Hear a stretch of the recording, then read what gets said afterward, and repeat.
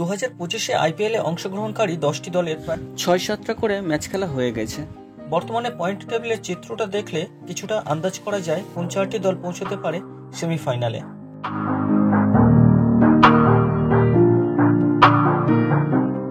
এবারের আইপিএলে নাম অনুযায়ী মাঠে ভয়ঙ্কর প্রতিপক্ষ হিসেবে নিজেদের প্রমাণ করতে পারেনি Sunrisers Hyderabad, Mumbai Indians, Chennai super কিংসের মতো বড় দলগুলি।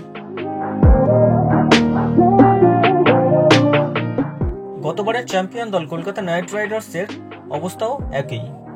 তাহলে কি গম্ভীরকে ছাড়া এগিয়ে যেতে পারছে না দল? এই বড় প্রশ্নটা এখন ঘোরাফেরা করছে নাইট শিবিরের আনাচে কানাচে।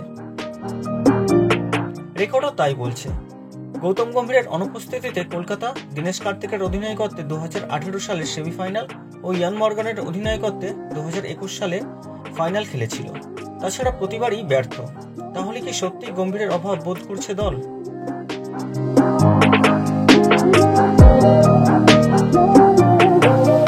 নাইট ব্যাটসম্যান রমনদীপের কথায় তা একদম পরিষ্কার।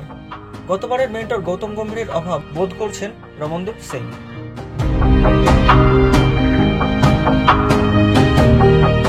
যদিও এখনকার মেন্টর ডোয়েন ব্রাভোর ওপর ভরসা রয়েছে তার। মেন্টরদের নাম নিলেও কোচ চন্দ্রকান্ত পণ্ডিতের নাম নিলেন না তিনি।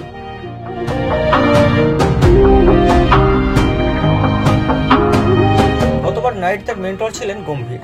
তার হাত ধরেই তৃতীয়বার ট্রফি জিতেছিল কেকেআর। রমনদীপ বলেন, আমরা গৌতম গম্ভীরের অভাব বোধ করছি। ও দলের মধ্যে যে জিনিসগুলো নিয়ে এসেছিল সেগুলোর অভাব বোধ করছি। এখন আমাদের সঙ্গে ডোয়েন ব্রাভো রয়েছে। ও চ্যাম্পিয়নের মানসিকতা নিয়ে এসেছে। তবে কোথাও কোচ পণ্ডিতের নাম নিলেন না রমনদীপ সিং।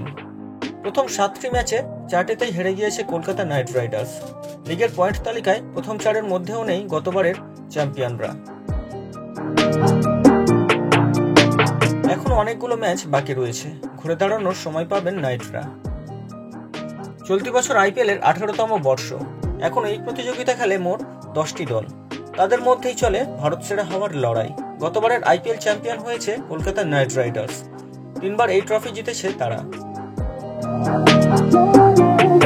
মুম্বাই ইন্ডিয়ান্স ও চেন্নাই সুপার কিংস 5বার করে চ্যাম্পিয়ন হয়েছে।